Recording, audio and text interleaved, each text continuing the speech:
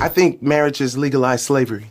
You do? Yes, I do. Say more, because if I'm thinking about slavery and I'm thinking about marriage, there are two different images that come into my head. Absolutely not. I don't know how you don't. A man is, especially if he's expecting you to be a trad wife, he might as well pull out a whip. Supposedly, we're in a male loneliness epidemic, but the only people I see talk about it is women. Yo, I'm not even trying to be divisive, but listen, women are coming on here talking about how the men are not approaching them. For 2 years, we were getting dogged online about being annoying, don't approach us, all y'all are harassing us. Cool, the men took a step back. And now I'm reading articles about the male loneliness epidemic, but it's by women. The men are just keeping their money, doing their thing. Listen, y'all want to claim everybody's being harassed, and y'all be like, we can't even look at y'all in the gym. You feel me? Like, I just seen a video of a woman saying, like, why would I approach a man in the gym every time I go next to them, they walk away from us? Do y'all forget the fucking blatant shit that y'all say online? Y'all ask men to respect rules, and then now you're mad about the consequences of the rules you asked for. A man saw her about to injure herself and said something. She turned basic human concern into harassment. This is the same woman who will ask later why men do not approach anymore. The answer: just try to help her rotate her cuff. I'm in the gym and you're a man and you see me doing the exercise wrong. Do not take the opportunity to walk up to me and tell me the correct way to do it. I was in the gym the other day and I was doing lat pull downs. Had my headphones on. I was in the zone. I was going. All I know is a man, I see him in my peripheral and he's over there like, hey, like doing something. So I slide my headphone off and he's like, hey, you want to pull it right here because you could hurt your rotator cuff. I said, okay. How you know I don't like my rotator cuff a little hurt? Like, I don't like no man telling me nothing. And then now I'm working out in the gym and I'm like, damn, are you watching every exercise that I do to make sure I'm doing it right? Leave me alone. Don't tell me nothing. Just a hint to the wise. Listen, to the men out there, don't tell them nothing. Do exactly, just leave them alone. Even, this is the problem. Like she said, she don't want no man telling her nothing. So don't tell them nothing. This is how, and this is unfortunate, that lady that was in the gym, she had that same type of attitude. And I don't know who she was. Lord, rest in peace to that lady. That lady was doing the weights on the bench, and she probably didn't want nobody to tell her nothing either. And she was in there with her child, and that weight fell on that lady and crushed that lady's neck. She didn't make it. This is the thing, because men go to the gym more often than women, and they're more familiar with the equipment and how to use it. He was just giving her a little bit of advice to say, listen, ma'am, you want to hold it this way or whatever, because you can mess up your rotator cuff. Now, I don't think she understands. If she hurts she will be in pain. A man saw her about to injure herself and said something. She turned basic human concern into harassment. This is the same woman who will ask later why men do not approach anymore. The answer: just try to help her rotate her cuff. I don't know if any other girls feel like this, but I can't wait until I am in a situation with a guy where I'm not out of sight, out of mind. I feel like every guy that I've dated, talked to, situationship, has always been like, can't see her, she's not there. Like, out of sight, out of mind. And I don't know if I'm the only person that like deals with this, or maybe I'm just picking terrible guys, but where are all of the good guys that don't do that or pretend like I don't exist when I'm not with you? I would like one of them, please. Thank you. I mean, maybe that's all guys. I don't know. Like, it doesn't seem to be that way, but like, where are we finding the good guys? Where are they? What are they doing? And also, if you are in a relationship or a situation where you're not out of sight, out of mind, what's it like? Drop it in the comments. Let me live through you, because right now, times are fucking tough for your girl, and I'm losing hope. She keeps picking the same type of man and keeps getting the same result. At some point, the question stops being where are the good guys and starts being why do I keep choosing the ones who treat me like an option? They have a Super Bowl. No, I did things in Miami I haven't even told my husband because it's just I had that much fun. It was well, not like that, but like I knew he would he would judge the kind of partying I was doing. I don't know what got into me. I just remember being down there acting like it was my last day on earth. Well, I guess when it rains, it pours because now tons of old videos are coming out of Diana Rossini. Well, simply put, just making a fool out of her husband, Kevin Goldschmidt.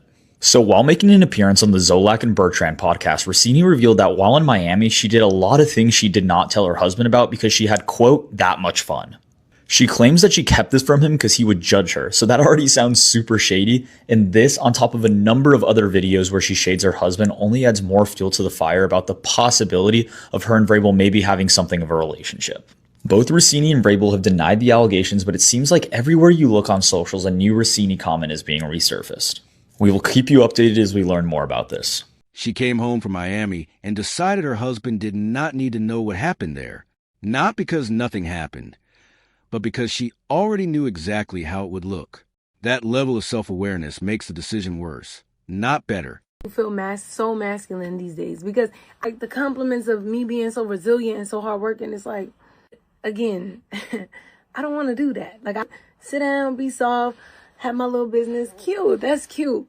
But 9 to 5, doing this, doing that. Like, that's too much. Too much. I just want to be soft. Like, I want a man to just take care of me. And it's like, this is what I have to do. Like, so it's like, I don't think that's a cute, like, I don't like that compliments, actually. And it's so funny because I keep getting it more and more these days. Fall back on my husband and be like, yes, please, baby. And then he'll be like, yes, no problem. That's what I want. I want that. Like, I don't understand how people are seeing that and just be like, she got it. I don't want to have it, though. Don't want to have it. That's what they're not understanding. Be soft, love on my man. I don't want to be the one being the man. I don't want that. She spent years being called resilient and hardworking, built everything herself, and now she is on camera saying she does not want any of it. She wants to be soft and taken care of. The independence she built is a life she is now trying to escape. So who do you think are the biggest enforcers of gender roles, men or women? Men, because they're more dominant. Yeah, but who typically pays on a first date? Men. Who's typically expected to approach? Men. Who typically buys the drinks at nightclubs? Men. Who typically gets down on one knee? Men. Isn't that all traditional male behavior? I think a girl loves it, and a girl loves to be chased. Once again, who are the biggest enforcers of gender roles, men or women? It's a good question because women expect it when men don't want to do it all the time. But men get the benefit of going out of their way to do their gender roles. So would you say that women are the biggest enforcers of gender roles? Would you agree with that? No. You said women expect it, though, right? Yeah. Well, I mean, does a man necessarily have to expect a woman to do traditional things to be with him? Or? Oh, nowadays, no. Women don't want to cook, clean, provide for the family. It's definitely different. 2026. So once again, how are women not the biggest enforcers of gender roles? I don't think they're subtle enforcers. Like, it's expected. Well, right, but you're saying that women expect men to be in their roles, but women don't want to be in their roles. So to me, that sounds like it is sad, but my point is, it sounds like women are enforcing gender roles more than men are. Is that true? I guess that makes sense, yeah. So if women are the biggest enforcers of gender roles, how are women not the biggest enforcers of patriarchy? The very thing they demonize men for. I don't know. I'm in a healthy relationship, so I can't really speak on that. She spent the entire interview defending that position. And then the interviewer walked her straight into admitting it herself. Women expect every traditional male role to stay intact while opting out of every traditional female one. She called it subtle enforcement. He called it what it is. I'm being dead serious. I'm not even trying to be an asshole at all right now by saying this. I personally have never come across a drop-dead gorgeous man. Like someone who you're just like, oh, damn, he is fine. That doesn't open their mouth and talk and immediately I get the ick.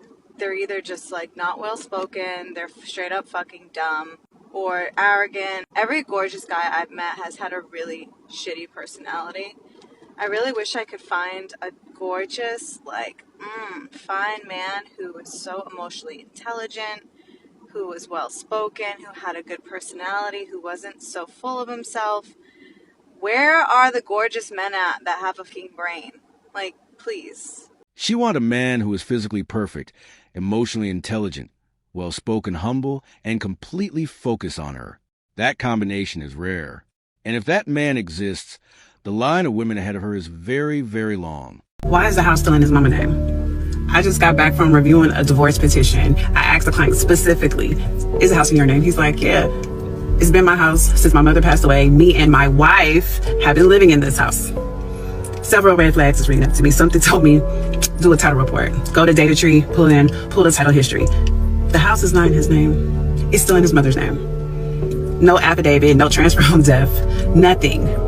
So now in the middle of a divorce that they were going to already sell the property, which that's what they hired me for. Now his mother's estate has to go into probate because the house has never been legally transferred. It's still in his mother's name. On top of the fact that community funds have been used to pay the mortgage, get things fixed and everything for several years. Several years. Luckily, because I have experience in trust estates, I did it for several years in California. I saw that and was like, hey, immediate red flag. Will we be able to get this fixed? Yes. Is it going to take longer? Yes, absolutely. So these are things you need to think about. Don't just assume because your parents passed away or whatever that the house automatically transfer you, especially if you're an only child. I know the proper questions to ask to potentially avoid these type of mistakes. And I also offer an additional service to my clients. I'll let you know the things that can happen if your property is not titled correctly and is not held properly to make sure that one for you is okay, because I know we're all trying to build a legacy. He thought the house was his, paid the mortgage for years, fixed it up with shared money. And when the divorce came, the title told a completely different story. This is why assumption is the most expensive word in a marriage. What you believe is yours and what is legally yours are two very different things. Come with me to win back a man. I'm about to throw up saying that, but I feel like this is worth getting canceled over by all the girlies. But you know what?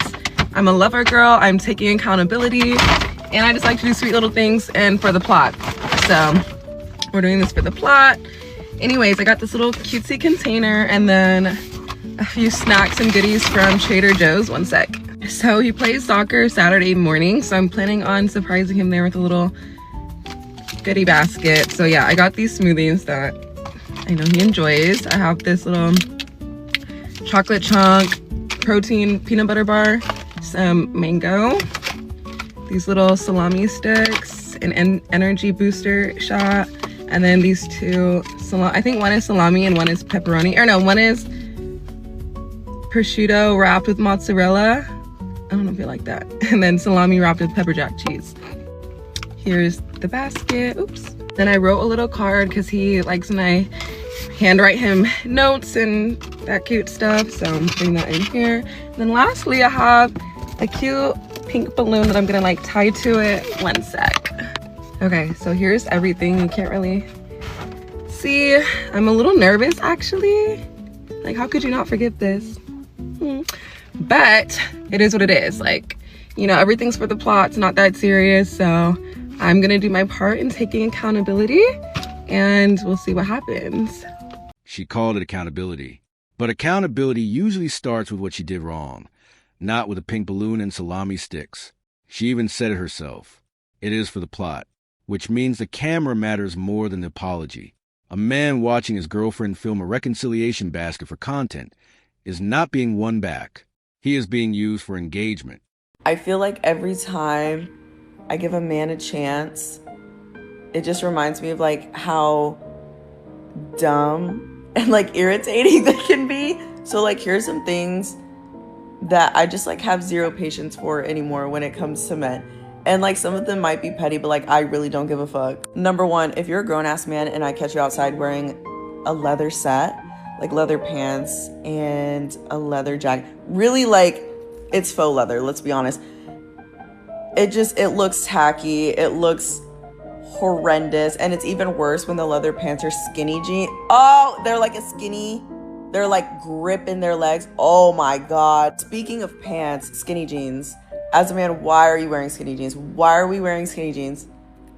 Okay, like if I see a man wearing skinny jeans, like if I could tell how tiny your legs are because you're wearing skinny jeans, stop it right now. Another thing that I hate is like when they show interest in you first and then they end up ghosting you. Cause it's like, what the fuck? You could have left me alone. You literally could have just left me alone. Also, when a man doesn't respect the fact that, like, I don't want to have kids, like, why are you sitting here trying to convince me that I would want to have kids with you? What about you is so special that makes me want to have a kid with you? Quickly. Like, what would convince me to, like, continue your bloodline? Nothing. I also don't like when they say not wanting to have kids is selfish, because it's like, why do you want to have kids?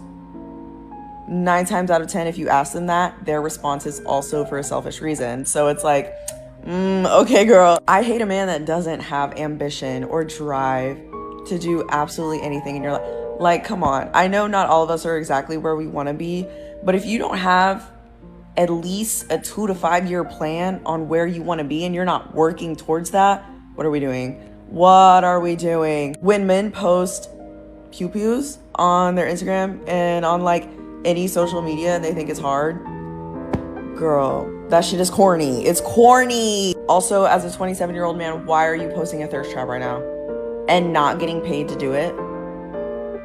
Leave that for the bad bitches. Hello? I think it's a really big red flag when men don't like cats. Like, for you to say ew when I mention I have this sweet little angel here, first of all, you're weird. Second of all, that lets me know that you just don't respect boundaries. Because, like, with cats, they're really not hard to get along with. They just have stronger boundaries than dogs. And I bet you like dogs, don't you? Because dogs will do whatever the fuck you want. Interesting. I also think it's so strange and low-key psychotic when men will ask you on a date, take you on dates, treat you like a girlfriend, and talk to you like a girlfriend, this, that, and the third, just for them to turn around and be like, oh, but I actually am, like, not ready for a relationship. Because it's like, bro, you're about to be 30, you're pushing 35, and you're still not ready to, like, actually date. You're weird. Grow up. I think it's very odd when I mention that I like the gym and I like working out and I'm studying to be a personal trainer, and a man will immediately start telling me, like, oh my god, I lift more than you, I can squat more than you. Bitch, I never said my goal was to bench 225. What about me looks like I want to squat 1,000,000 pounds? Like, why are you sitting here trying to prove your masculinity to me? Like, shut the fuck up. There's literally so many other things, like, but it's just like little things. They just add up, and I'm getting to the point where I'm like, I'm just getting really fucking irritated of everything. Like, I have such a short fuse when it comes to dating at this point, which is why I haven't really been dating, because I'm like, y'all irritate the fuck out of me. Like, oh my god, it's one screw up and it's wraps. Like, I can't keep doing this. I can't, like, I'm at peace, leave me alone. She has a list of deal breakers, longer than most people's grocery lists. Clothing choices, pet preferences, Instagram posts. Every man she meets fails something on this list. At some point, the filter is not protecting her standards. It is protecting her from ever having to actually show up in a relationship. What is your type? Like, what do you like physically? Rich. I said physically, not monetarily. 6'1", light skin. So let's say they're under 6 foot and they're rich. Does that help? Yeah. That helps? Duh. So how much does a guy need to make? It don't matter what he makes, it matters how he spend it. How should he spend it? On me. So would you say you're an expensive person? Duh. Do you expect your man to pay all the bills? Duh. Your car payment, your hair, your nails, everything. What is he doing if he's not paying for what I need to do? But if that's the case, what do you provide in return if he's paying for everything? Myself. Period. Do you know how to cook? Yeah, I'm vegetarian, but I do not. Oh yeah, she has lost a lot of her opportunity if she's saying vegetarian. But she's sexy. Drops mic. I'm done. Please, go on. So she want her man to pay her car payment, all the bills, buy Prada bags and everything on her, and all she provides is herself, just herself. And on top of that, she cooks vegetarian? She laid out the entire deal in one sentence. He pays for everything. She provides herself. No cooking unless it is vegetarian. No compromise on the list. Just herself. Delivered with complete confidence that this is a fair exchange.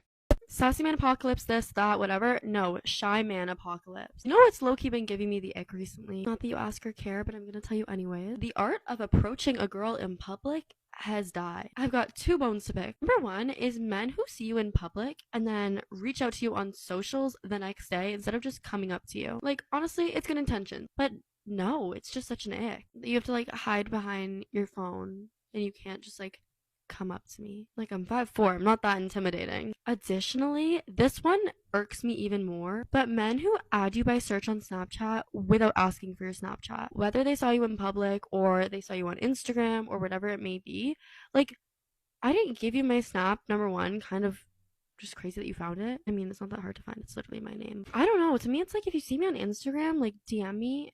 If you see me in person, start a conversation with me. The last thing I want you to do is just out of the blue add me on Snap. Me personally, I don't add any randos back on Snap unless I like know them. So yeah, that's my little rant for the day. Not that this will change it, but Approaching in person is harassment. Reaching out online the next day is cowardly. Adding on Snapchat is creepy. She has eliminated every single method a man has to express interest, and then made a video complaining that nobody approaches anymore. There is no version of this where a man gets it right. And that is exactly the point. I think marriage has legalized slavery. You do? Yes, I do. Say more, because if I'm thinking about slavery and I'm thinking about marriage, there are two different images that come into my Absolutely head. not. I don't know how you don't. A man is, especially if he's expecting you to be a trad wife, he might as well pull out a whip and a chain. Wow. So there are young people watching who might be wanting to get married. What would you say to them? Don't get married. No. Okay. I feel the need to rewind this and just watch the immediate reaction to that again, because Z-Way, same girl, same. A man is, especially if he's expecting you to be a trad wife, he might as well pull out a whip and a chain. Wow. The pause is so good. She compared a traditional marriage to slavery, then told young people not to get married. On camera, with zero hesitation. This is the advice circulating right now. And the pause from the person sitting across from her said everything that did not need to be said out loud. Drop a comment below. I read every single one. Next video is right there. Take care of yourself. See you in the next one.